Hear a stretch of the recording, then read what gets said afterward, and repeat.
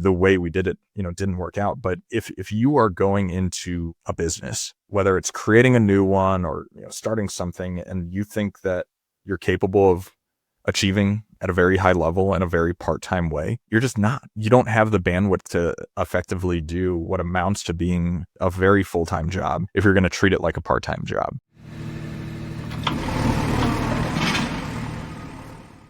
Welcome, everybody, to another episode of the Big Picture Blueprint. It's December the 30th, 2025, and Mason and I are just wrapping up our years, and today we're going to talk a little bit about our fund and why we closed it and everything we did wrong. Mason, how does that make you feel? Oh, very humbled. Fun being, untouchable as an entrepreneur and getting humbled.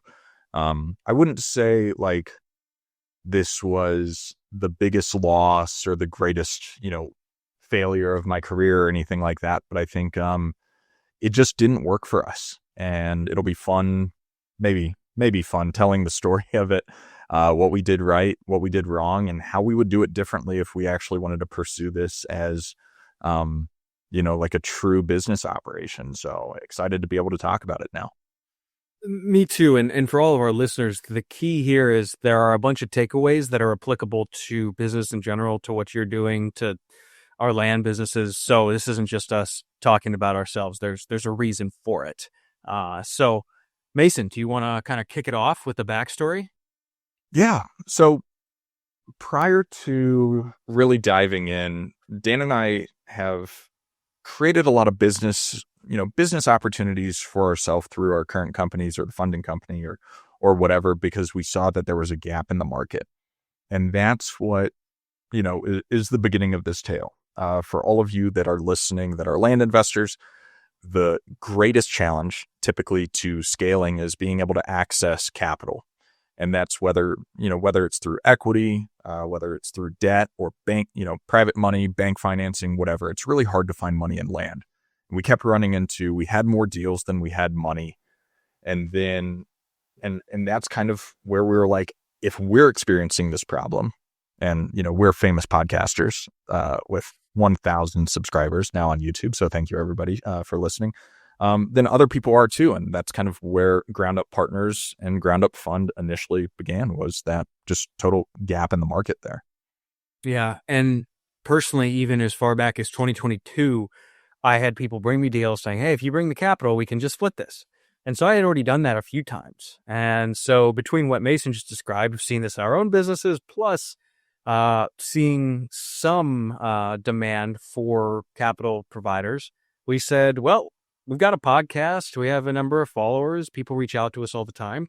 Let's fund people's deals, because in theory, it was no different than what we're already doing in our day-to-day businesses. We look at leads that we get or that are on market. We run the numbers. We make sure the capital is allocated for them. We close them and resell them. And so really we thought, this is just an addition to the funnel that we already have.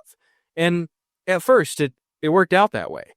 What was it, Mason, 2023 when we officially started GroundUp Partners? I think so. I think right kind of at the end of the year, started off really, really strong. I mean, I'm looking back right now at my data and shoot, Dan, you funded a deal for me, that took a little bit longer, but you made, $11,500 on a $39,000 investment without doing anything. Yeah. And whenever you see those opportunities of, passive investing, I feel like, I don't know, it feels like a true blue ocean. We talk about the land space as a blue ocean, but shoot, man, the funding side, we were excited when we got started at the end of 2023 on it. Yeah. And right away, we got a whole bunch of deal submissions, and we funded deals in Alabama, Pennsylvania, North Carolina, South Carolina, Florida, one that we still own today in Florida. And overall, it was going very, very well. I don't know. Do you want to get into the nuance there or just move on to when we started the fund, Mason? No, I mean, looking back, we made 6 figures funding deals just through kind of the debt arbitrage model with GroundUp Partners. And, to like pause for a second, learning experience of we had something going that worked well. It was a Mhm. pain in the ass the way we were doing it, but it was working really well. Our lenders were making profit, we were making profit, and our deal finders were all making profit. And I think that whenever a business is a pain in the ass, but it's working well, I think that might just be business in general. And sometimes whenever you're looking for a solution, you think you are going to be reducing the complexity of what the future operations are. And in reality, whenever there's an increased amount of scrutiny and regulation, that's not always the case. And um, it just, yeah, yeah. So that was a little bit of a learning experience there. But yeah, I think that's kind of where, to shift into what the actual fund was. We had GroundUp Partners, which we were raising money from lenders at X, and then we're deploying it into land deals at Y. These are other people's land deals. We thought, man, it's so complex. We have a lender on each deal. We have a different, acquisition partner on each deal. This is a nightmare when it comes to paperwork and keeping track of everything. Let's organize it by raising a pool of money that we deploy into a bunch of different deals. So a blind pool fund essentially is versus a syndication, which, is typically deal specific. And since we have the podcast, we have all this visibility, let's do a Reg D 506C fund, which means we have the ability to solicit. And we got started engaging with attorneys, and that's where GroundUp Fund was born. Yep. And again, it kept moving along into the mid and end of 2024. We kept getting deals to fund. We funded some really good ones. We have a few lemons that we've talked about on the show, but that's something we've talked about quite a bit. Mm-hmm. And I'd say the first big hiccup we ran into is just the avatar of investor that we know and are used to dealing with. So, we paid for the fund that cost like 25 grand, I think, all in with attorney's fees. And I think we did some things wrong there in hindsight. I think it could have been done much cheaper, but that's not even within the purview of this conversation, really. Yeah. But right away, when we started trying to raise for the fund, we had a hard time because we did either 3 or 5 year commitments. 9 or 11% interest, I think, is what we were offering. Longer term got the higher interest, shorter term got the lower. And we found that all of our investors, we both went through our Rolodex and called everyone. They wanted short-term, high return investments, and we just had the wrong investor pool in our contact, and so we just weren't having a lot of success raising money in the fund.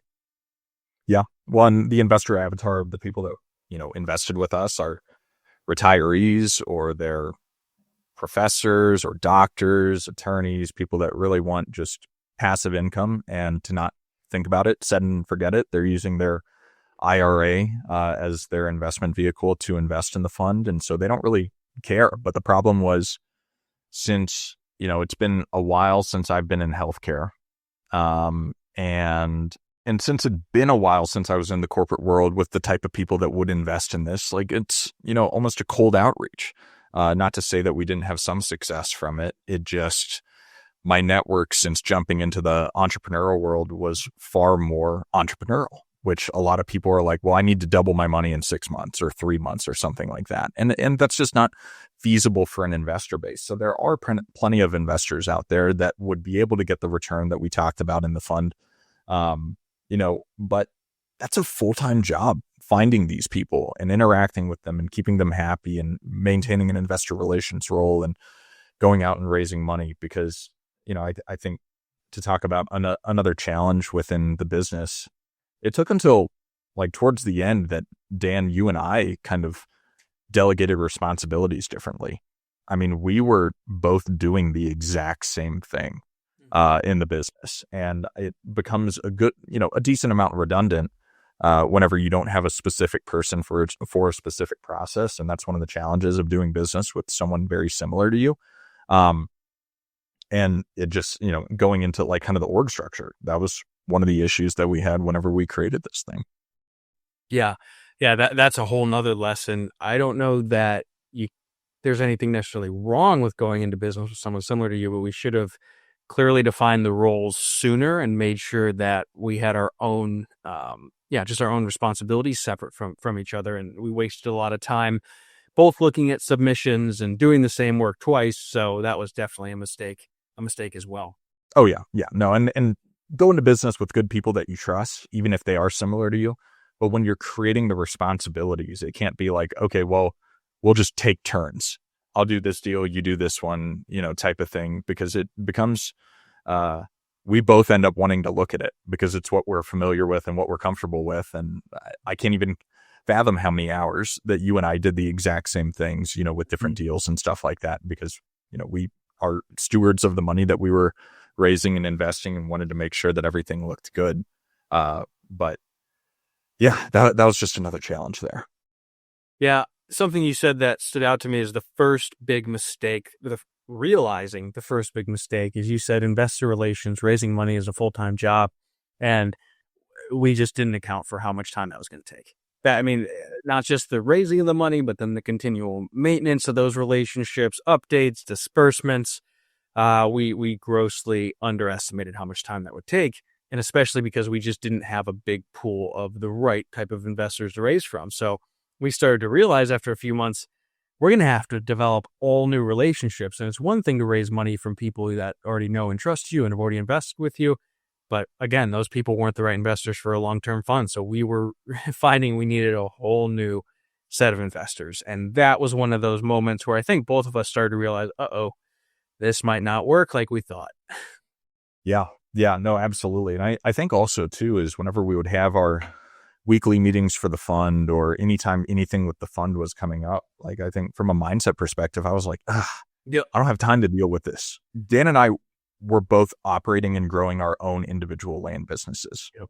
And so I think that's something to, like, we're trying to make this episode as practical as possible and not just tell a story here. And that right there is one of the biggest, probably the actual biggest issue with why we did not succeed in this is because of the competing priorities that we had, where whenever we were going out raising investor capital, I think, if people are interested in not lending, but investing money at the rate of return that we were, giving out in the fund, I think you and I both are like, shoot, man, I'd rather have that for my own business than, creation of the fund model. And I barely have time to go out and focus on raising money because I've got 20 active deals and employees that we're managing and all this thing. And this fund, which we spent a tremendous amount of money creating, was a side hustle for us at the end of the day. And it's frustrating because it didn't work out. And I think we could have gotten it to work out. And I'm not saying that to stroke my own ego or anything like that. I think it's just the way we did it, didn't work out. But if you are going into a business and whether it's creating a new one or, starting something, and you think that you're capable of achieving at a very high level in a very part-time way, you're just not. Like you don't have the bandwidth to effectively do what amounts to being a very full-time job if you're going to treat it like a part-time job. So maybe if you treat it like a full-time job in addition to your full-time job, that's different. But we just, we did not prioritize it the way we needed to in order to succeed there. No, we weren't prepared for the amount of cold outreach and marketing that was necessary to raise the money. And so it's funny, Mason, at the top of our note sheet, I have doing too much at once, and then parentheses, how many times do I have to learn the same lesson? And so this is the most classic mistake I think all of us love to make, is taking on too many different things at once when the vehicle we're already in can get us where we're trying to go. That's why I love the Hormozy saying more, better, new. And I could be doing a lot more and better land deals before I do anything new. Starting a funding company essentially was that new thing. And it ultimately served to just be a distraction, even though it was profitable. It's a real opportunity. Can make a lot of money. I didn't have the ability, and Mason and I didn't have the ability to do that in conjunction with our businesses. Mm-hmm.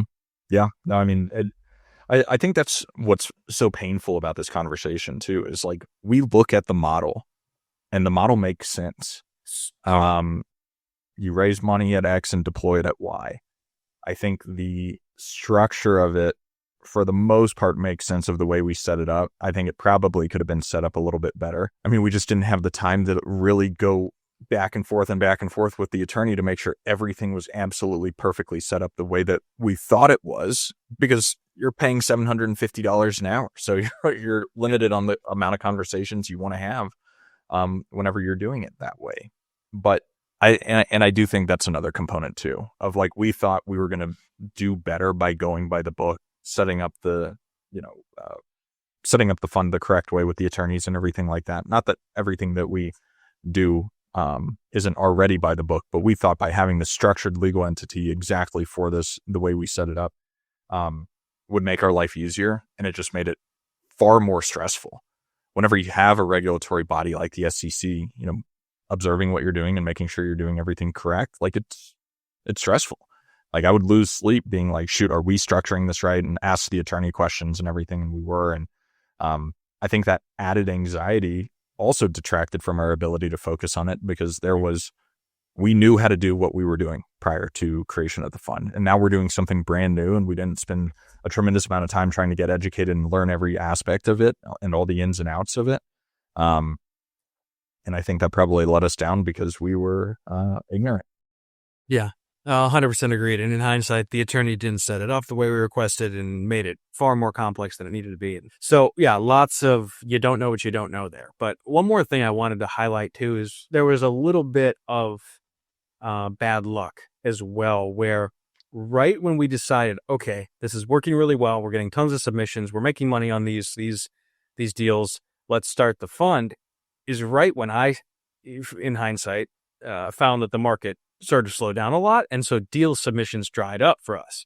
So it was probably August, September last year, maybe October when we were getting this finalized. And that is right when things really slowed down.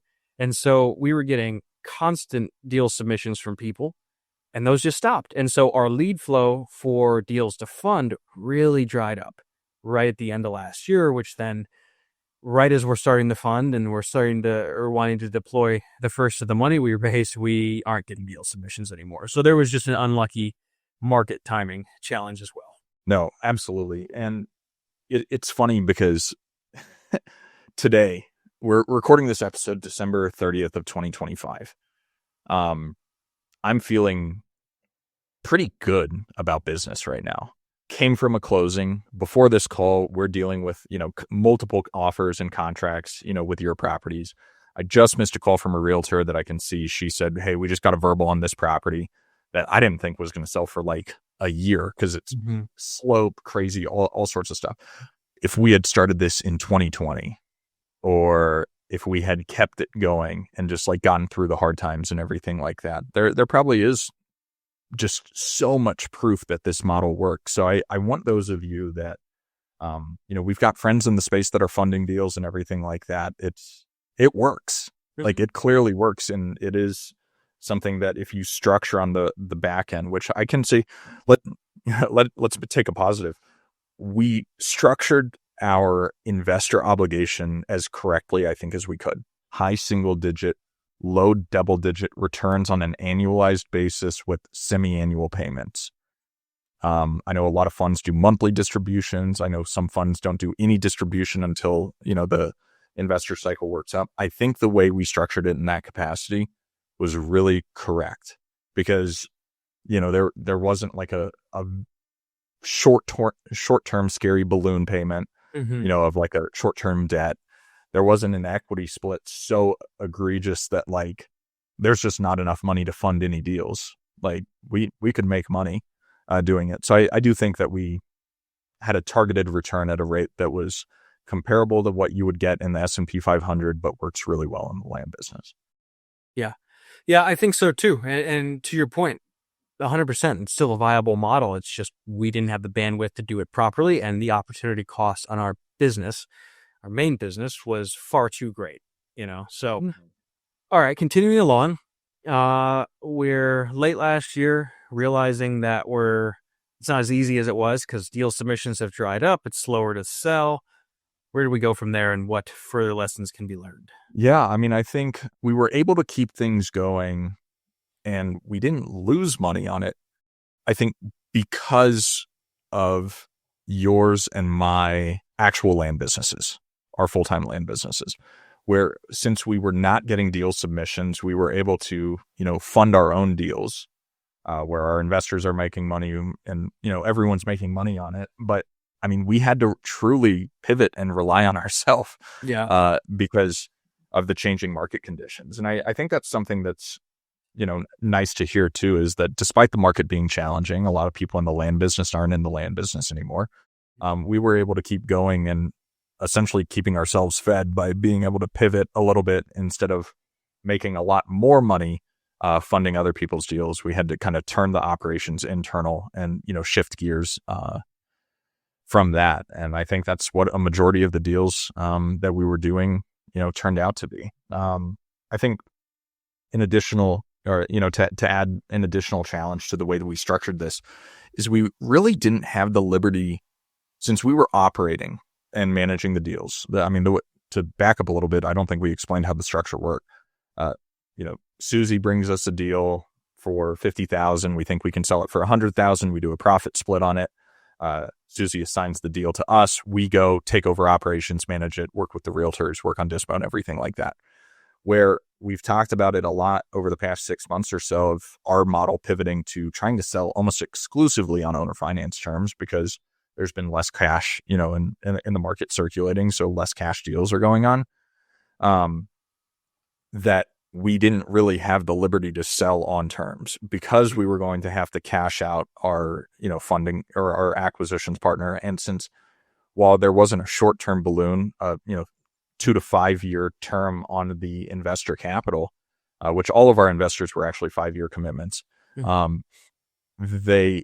There was that idea of, shoot, in 5 years, we're going to have to, pay off these people. So we don't have the liberty to sell everything on terms, which just meant less buyer pool as well. So I think limiting our operations, limiting the dispo strategies that we had within the fund is what also made it a lot more challenging. We felt like our hands were a little bit tied.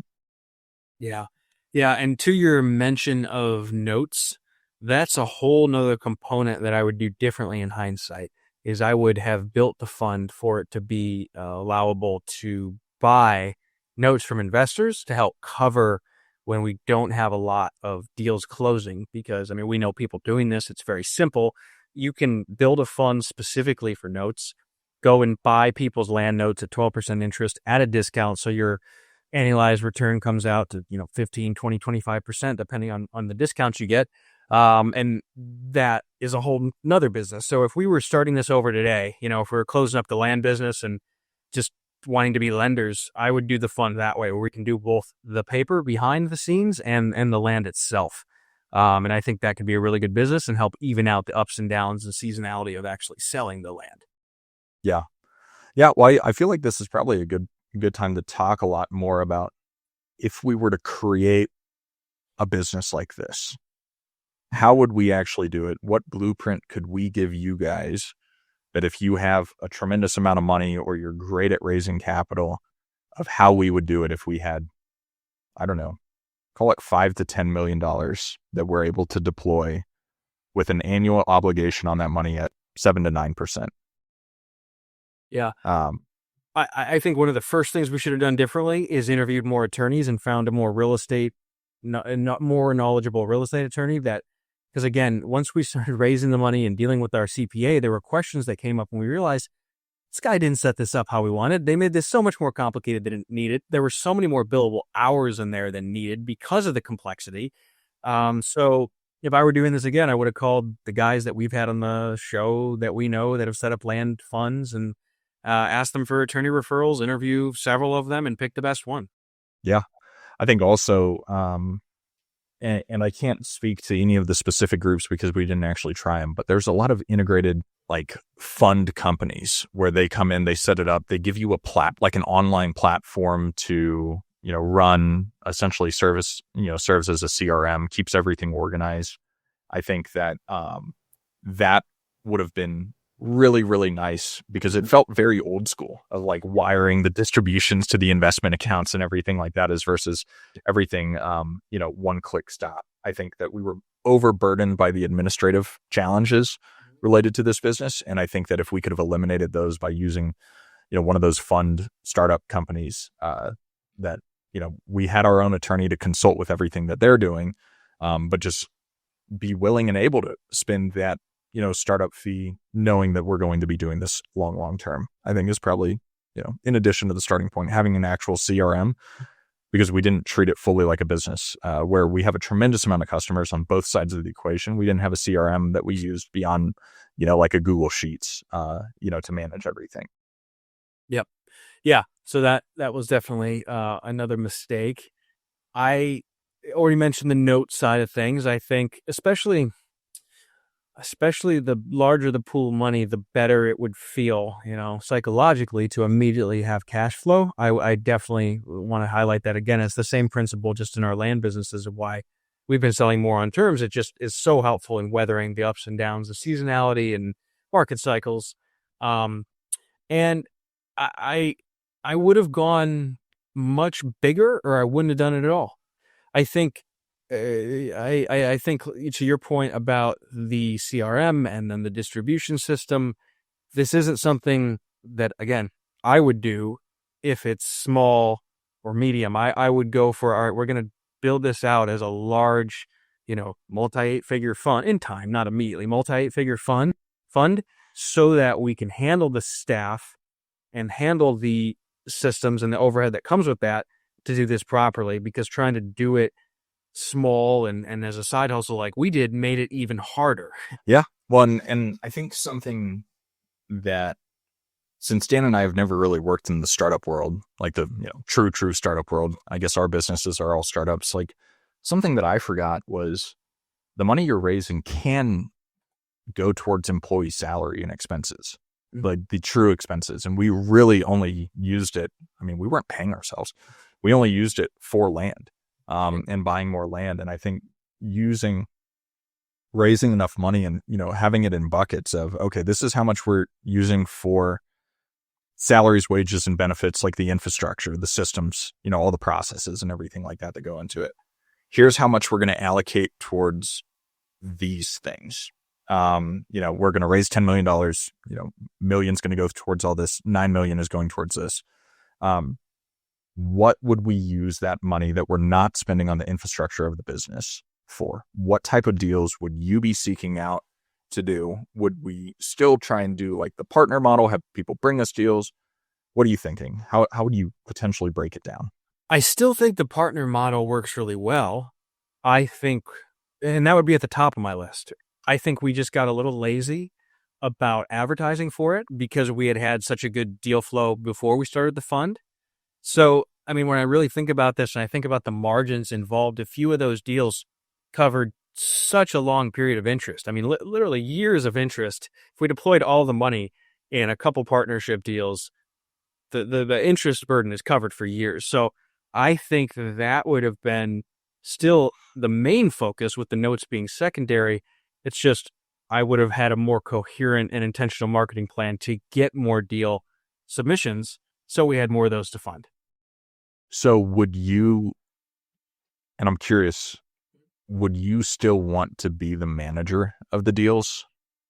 Or would you want people to bring you the deals, we fund it, they manage it? Man, I mean, I don't want to, but I think the prudent thing, given the people we're funding for, if they're new, I would still want to be the deal manager until we've done X amount of deals with that person. Because, you and I have a mutual friend that does this as their main business.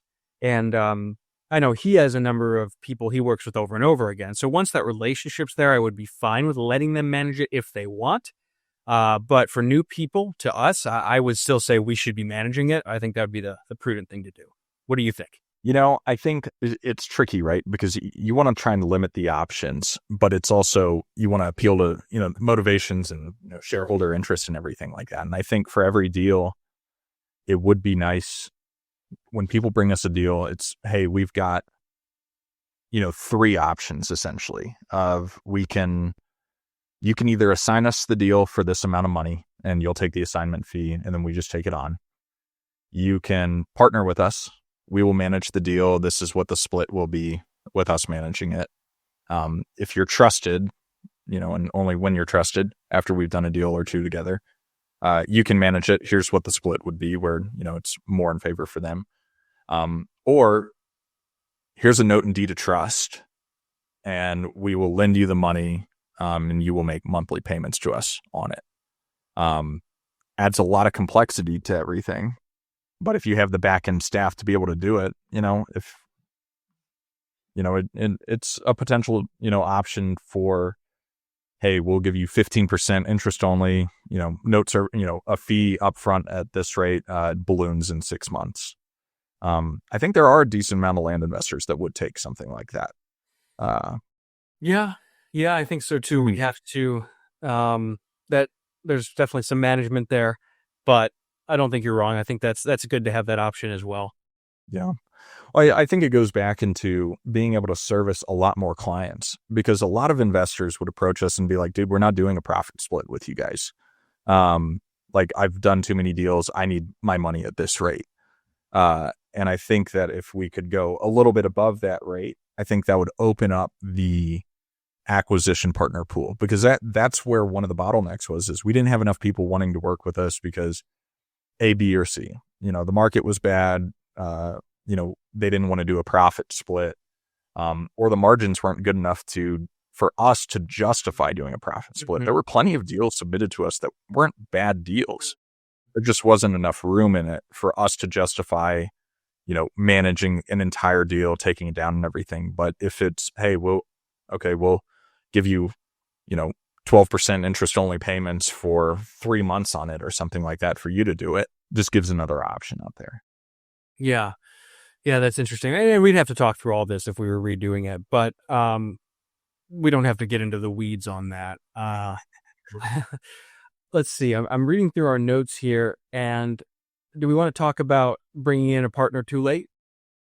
Yeah, I think, we brought in kind of they call like a gray beard in the industry, someone that's got, experience in it. And we brought him in, what turned out to be probably at the 11th hour of, we just didn't have enough time on our plates to manage all of the back end finance and accounting and, some of the IR stuff. And so we brought him in. I think it worked well in that capacity, but it also, it's a day late and a dollar short of, our partner didn't necessarily have full-time ability to, work on it as well, which I think became just another challenge and headache for everybody. Of great person, great skill set, saved us a tremendous amount on accounting and, just getting the ball done. We love him to death, but what we probably needed more than anything was like an actual full-time operator to go in and spend 40 hours a week doing, what needed to be done in this business. And so I think it goes back to, like, on the front end with a business plan, have an org chart of, there are so many responsibilities. And if you can't identify the person who's going to be managing that responsibility, or if it's the founders that are doing everything, like, it's just it's not feasible. Yeah, 100%. It's the same thing we've said over and over again, really, where we treated this too much like a side hustle. And even the graybeard we brought in thought of it the same way. We didn't properly set expectations or set up an org chart or set job descriptions. And so again, it's more of the same. And so for all those reasons, we reached a point where, again, it was kind of working, but we realized, I remember Mason and I talking, and we're like, this works and there's opportunity, but I don't have the bandwidth for this. And he said the same thing. And we said, well, shoot, I guess it's time to just shut it down. And so that's ultimately what we ended up doing this year, is slowly cashing out the remaining deals, cashing out the fund, and returning our investors their capital and their interest. And we didn't lose any money, but we really didn't make any money, especially considering what we spent to set it up. Oh, yeah.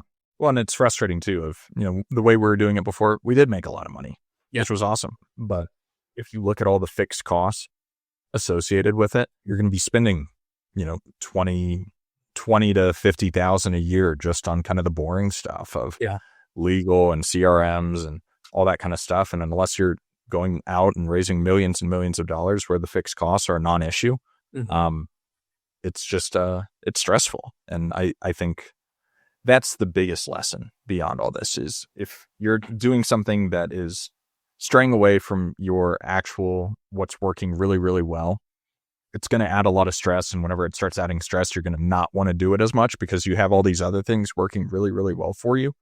And then you get distracted and you chase shiny object after shiny object, and then you end up losing a bunch of money, which we were fortunate of.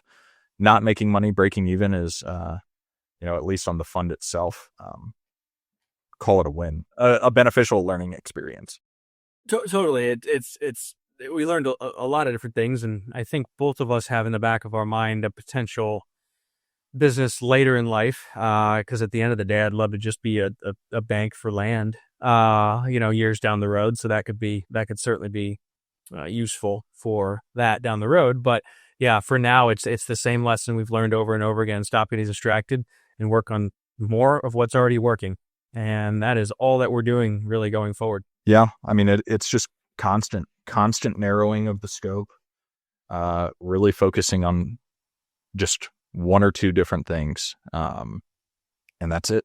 Yeah. And I wish we had something new and exciting to share with you guys versus taking something off the plate, but shoot, it feels really good taking something off our plates, to keep focusing and, giving us the bandwidth to focus on what's making us a lot of money. The market's turning around right now, and hopefully, 2026 is a fantastic year. It feels like a good start going into, the day before New Year's Eve. And I'm super excited for it. I don't know if, funding through the fund is what we'll, continue doing. Obviously, that's not what we're doing.